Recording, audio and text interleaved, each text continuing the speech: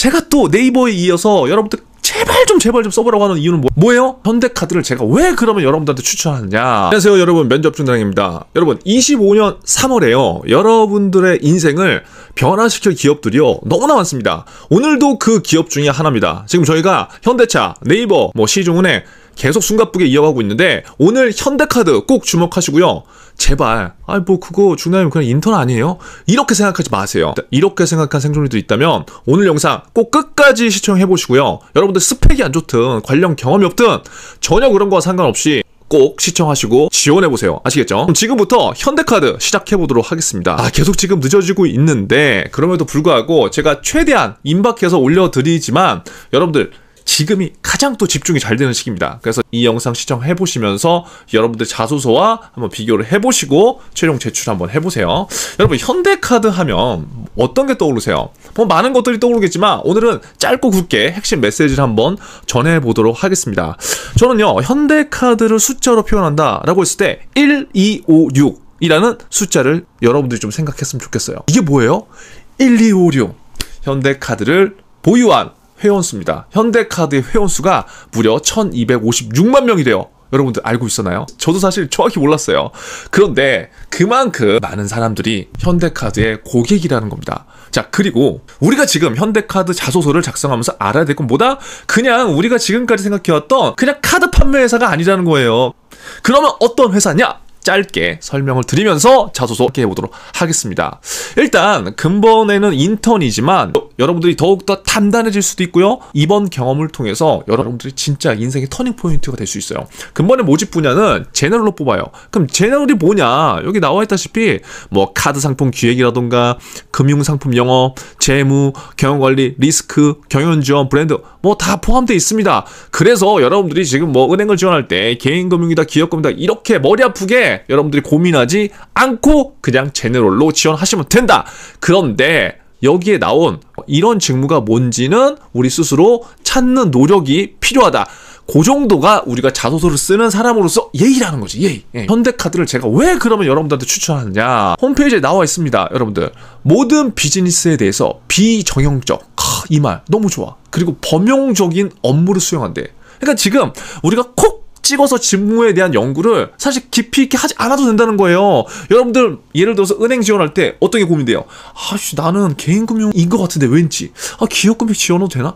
그런 고민할 필요가 없다는 거지. 결국 금융산업, 카드산업, 그리고 테크산업에 관심을 갖고 있는 사람들이라면 지금 현재 여러분들이 어떠한 상황이더라도 상관이 없다는 겁니다. 자, 그리고 여러분들 5탄데 배치 및 직무는 뭐다? 인턴십 과정 중에 결정되는 거기 때문에 지금 표현해야 될 거는 직무에 대한 전문성 이런 게 절대 아니다 라는 걸 강조하면서 계속 이어가 보겠습니다.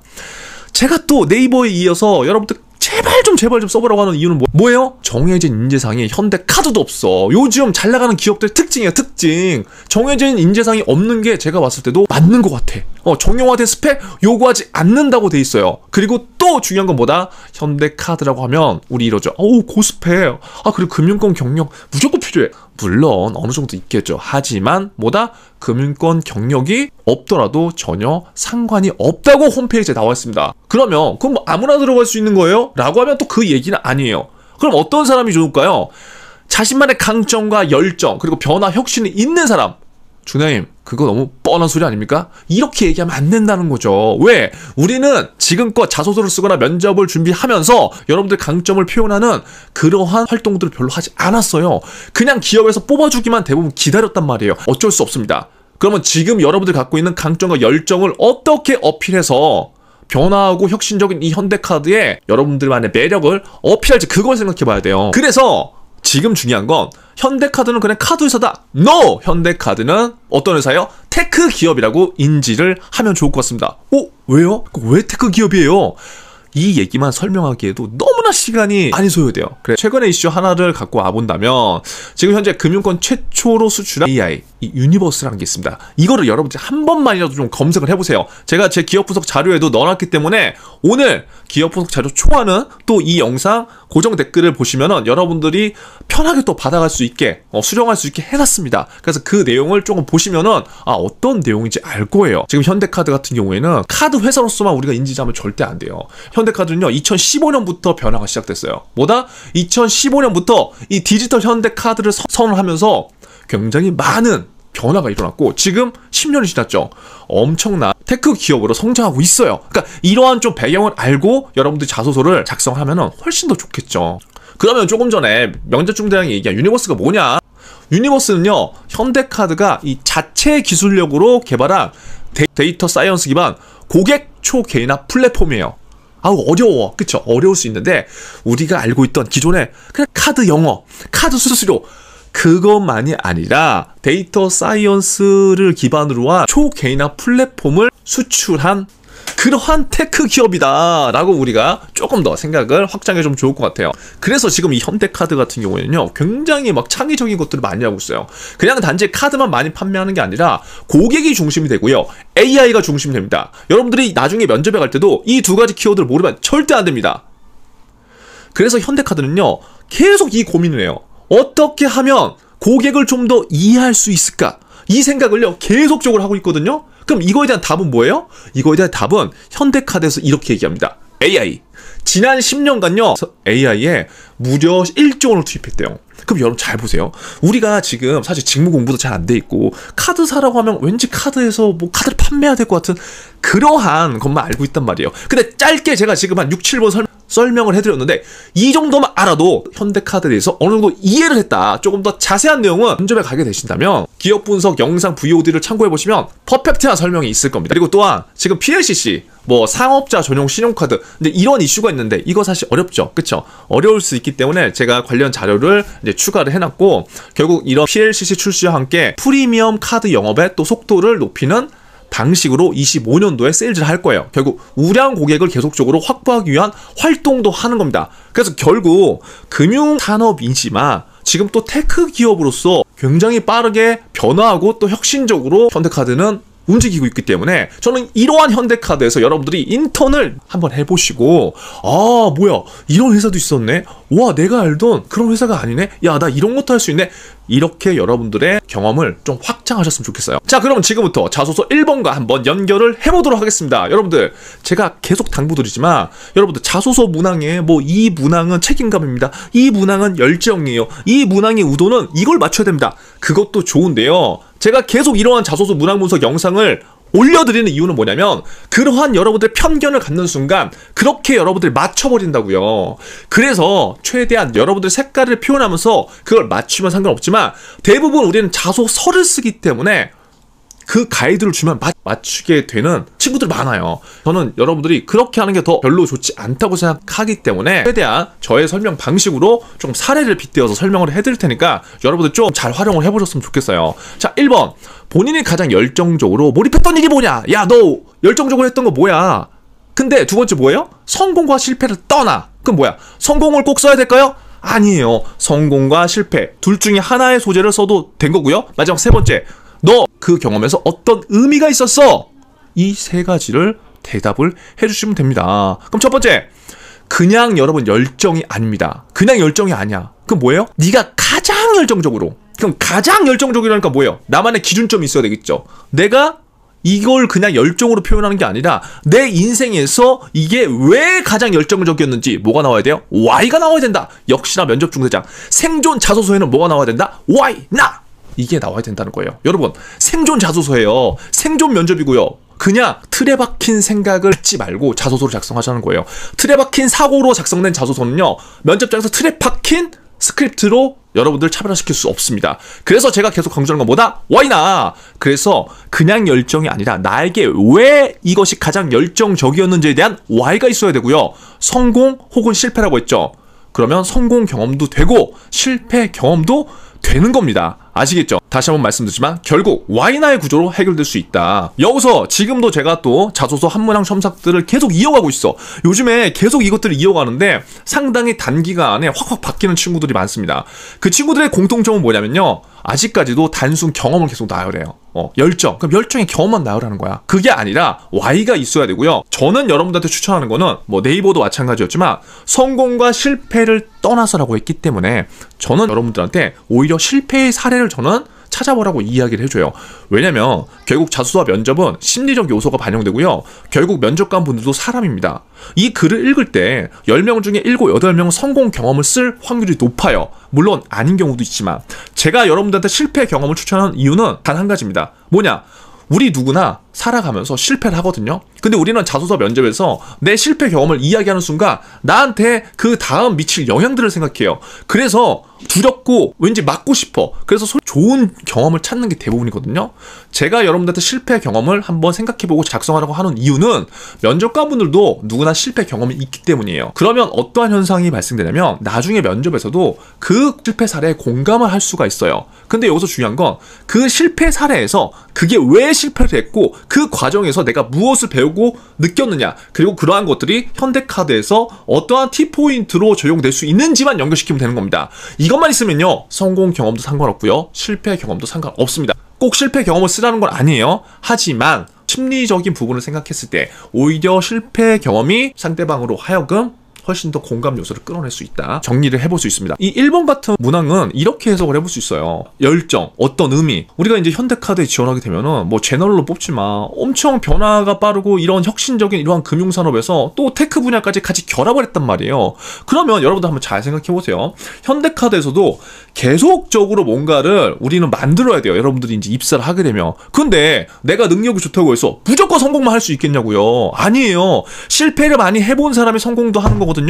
그런데 실패를 하건 성공을 하건 어떠한 일에 항상 최선을 다하고 열정적으로 몰입한 사람이요, 나중에 결국 원하는 결과를 얻을 수 있는 확률이 높아요. 그러면 우리는 이 문항의 의도를 그렇게 해석을 해보는 거예요. 그렇기 때문에 여러분들이 지금 경험을 작성할 때 무조건 성공 경험으로 갇히지 않아도 된다는 거지. 왜? 나중에 현대카드에 와서 일할 때 성공만 할 게 아니니까. 그럼 과거에 이런 경험들을 통해서 이런 인사이트를 얻고 본인만의 느끼고 배운 것들을 잘 배운 사람이 더 일을 잘할 가능성이 높다는 겁니다. 그래서 과거의 실패는 그렇게 중요하지 않다. 거기서 느끼고 배우고 알게 된 거, 이게 뭐다? 베느알의 법칙! 이 베느알의 법칙만 기억하면 여러분들은 합격을 떠나서 현대카드에서도 인정받을 수 있다는 걸 기억하시면서 2번 문항 들어가 보도록 하겠습니다. 자, 2번 문항 뭡니까?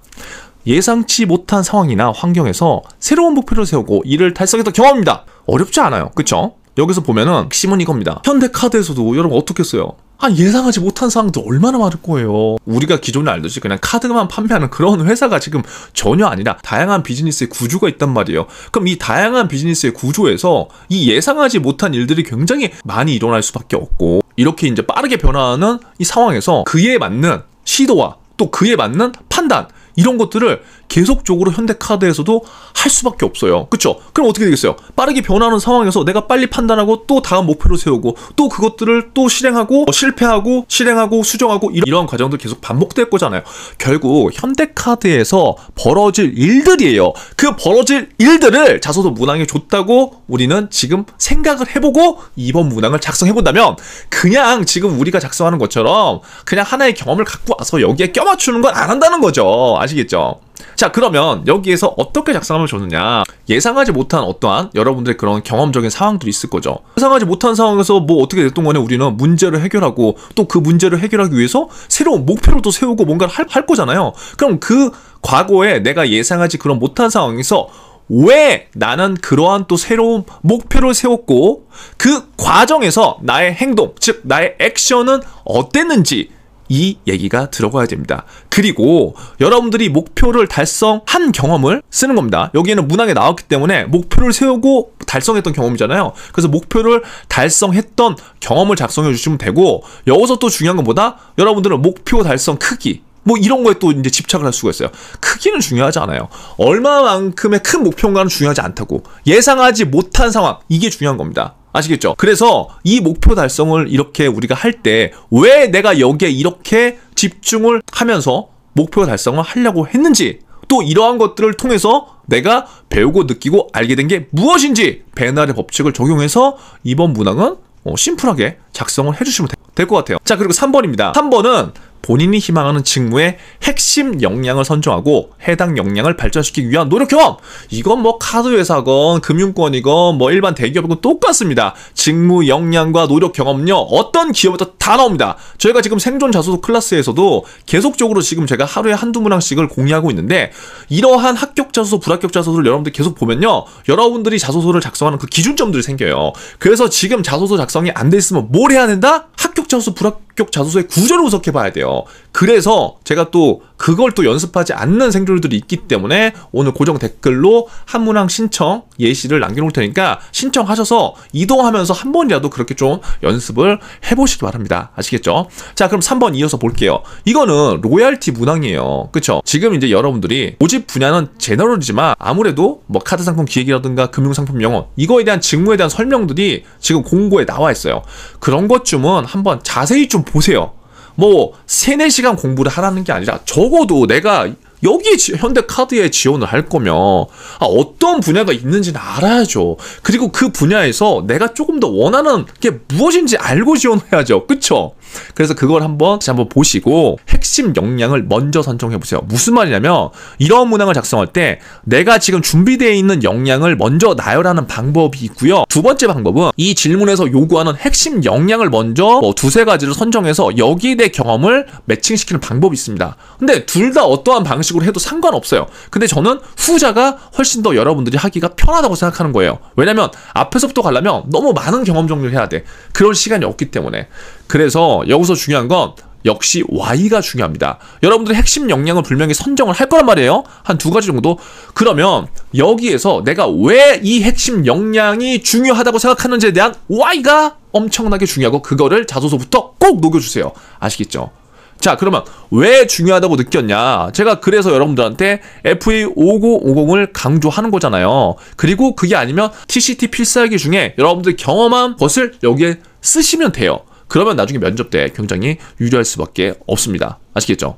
여기서 중요한 건 여러분 현대카드의 방향성에 대해서 다시 한번 살펴보세요. 그 방향성에 대해서 제가 이야기를 하고 싶지만 시간이 너무 길어지기 때문에 기업 분석 자료 제가 지금까지 완성된 초안을 드릴 테니까 그거라도 조금 이제 보시면은 이해가 훨씬 더 쉬우실 거예요. 여러분 금융 이야기만 하지 마시고요. 현대카드의 전체적인 방향성, 트렌드 이런 것들을 이해한 상태로 핵심 역량을 선정하는 게 굉장히 중요해요. 그래서 여러분들 이슈가 중요한 거예요. 그냥 기업 분석을 할 때 여러분들이 팩트 기반으로 숫자 기반으로만 하는 게 아니라 결국 그 회사의 스토리 그리고 그 이면에 감춰져 있는 내용들을 어떻게 해석하느냐가 되게 정말 중요한 거기 때문에 그 부분은 나중에 VOD로 나오시면 꼭 면접 전에 챙겨서 보세요. 아시겠죠? 결국 3번 문항은 뭐다? 미래지향적인 관점과 T포인트적 사고를 볼 수 있는 문항이기 때문에 굉장히 중요하다. 예를 들어서 마지막으로 요거 설명드리고 끝낼게요. 여러분들이 금융상품 기획으로 뭐 지원을 해본다고 했을 때 지금은 제너럴 안에 포함되어 있지만 그 안에서 지금 뭐 요게 내가 마음에 들 수도 있잖아요. 금융상품 기획 경험. 그럼 이제 금융상품 기획이라는 거는 뭐 카드론이라든가 현금 서비스, 리볼빙 이거에 관련된 마케팅 전략을 이제 총괄한다고 이제 돼 있거든요. 그럼 결국 이러한 직무에 대한 내용들을 간단하게라도 살펴보고 여기에서 필요한 직무 역량이 무엇일까를 역으로 고민해 보는 거죠. 그러면 이거 말고도 직무 역량이 굉장히 많이 있어요. 굉장히 많이 있지만 일단 2가지를 그냥 꼽아보자면 금융상품을 기획하고 이런 마케팅 전략을 총괄한다. 그럼 결국 마케팅이란 건 뭐예요? 소비자들의 니즈, 고객의 니즈 파악을 굉장히 잘해서 그러한 상품, 예를 들어서 카드론, 현금 서비스, 리볼빙 이러한 상품들을 기획하는 거잖아요. 그렇기 때문에 무엇보다 필요한 건 뭐다? 고객의 니즈 파악을 잘하는 게 나는 중요한 역량이라고 생각해. 이렇게 거꾸로 들어가 버리는 거예요. 그리고 2번째, 또 이런 걸 할 때 뭐가 필요하겠어요? 좀 넓게 보는 거죠. 거시적인 경제 트렌드를 내가 잘 이해하는 게 무엇보다 금융상품 기획의 업무에서 가장 중요하다고 생각해. 왜? 나 앞으로 카드론, 현금 서비스, 리볼빙 이러한 마케팅이라든가 이런 전략을 총괄할 텐데 결국 금융의 흐름을 이해 못하고 거시적인 경제 트렌드에 대해서 이해를 하지 못하며 소비자들이 원하는 그러한 금융에 대한 호기심을 해결하지 못할 것 같아. 그래서 난 무엇보다 거시경제 트렌드가 중요해. 이러한 식으로 우리가 생각을 해볼 수도 있습니다. 자, 여러분들 직무 역량을 포장하는 방법은요 그렇게 어렵지 않아요. 제가 이제 영상들을 여러분들 하나씩 올려드릴 테니까 위에 이제 참고한 영상들, 경험정의 클래스의 영상들을 보면서 경험 포장을 어떻게 해야 되는지 여러분들 그것부터 확인해 보시고, 조만간 3월 말에 경험 포장 VOD 클래스가 나옵니다. 런칭됩니다. 그건 뭐냐면 우리 지금 경험이 대부분 없다고 얘기하거든요. 근데 그 경험을 제가 막 이렇게 뽑아주는 스킬이에요. 그래서 한 25개에서 30개의 핵심 영상들, 사례들을 보시면서 여러분들 그렇게 사고 전환을 해보시면은 면접 때 엄청 유리하실 거기 때문에 여러분들 꼭 스마트 스토어 알람 설정 해놓으시고 경험 포장 클래스가 런칭이 되면은 꼭 도움을 한번 받아보세요. 그래서 결국 우리한테 중요한 건 뭐다? 내가 진짜 순수하게 있는 핵심 역량을 드러내는 것도 좋지만 역으로 도출해서 이렇게 경험을 포장하는 방법도 우리에게 굉장히 좋은 스킬이다. 예를 들어서 마지막으로 뭐 PLCC 같은 직무도 마찬가지예요. 여기에서는 제휴도 해야 되죠. 뭐 프로모션, 마케팅, 그 다음에 신규 딜을 발견하고 또 제안하고 사업 전략 방안 이런 것도 다 수립해야 돼. 그러면 그러기 위해서 내가 이 PLCC라는 직무를, 그러면 내가 이런 직무를 잘하기 위해서는 어떠한 핵심 역량이 필요할까? 이렇게 거꾸로 들어가 보는 연습을 해보시고 자소서를 작성하면은 여러분들 지금보다 훨씬 더 매끄럽고 훨씬 더 면접에서 차별화된 생존 자소서를 작성할 수 있을 겁니다. 아무쪼록 오늘도 급하게 제가 또 좀 늦게 영상 업로드 했지만 여러분들 꼭 도움 되셨으면 좋겠고요. 다음 기업 어디에 하면 좋겠는지 여러분들 댓글로 또 남겨주세요. 다음 영상에서 뵙겠습니다. 여러분, 우리 지금 생존해야 돼요. 그냥 뻔한 얘기로 여러분들 틀에 갇혀서 여기는 무슨 책임감이야, 여기는 두문단으로 나눠야 돼, 그런 거 여러분 제발 하지 마시고요. 여러분들 진짜 생존하기 위한 자소서, 진짜 생존하기 위한 면접 준비 지금부터 면접 중대랑과 함께 해보시기 바라겠습니다. 여러분, 오늘도 생존하세요. 다음 영상에서 뵙겠습니다.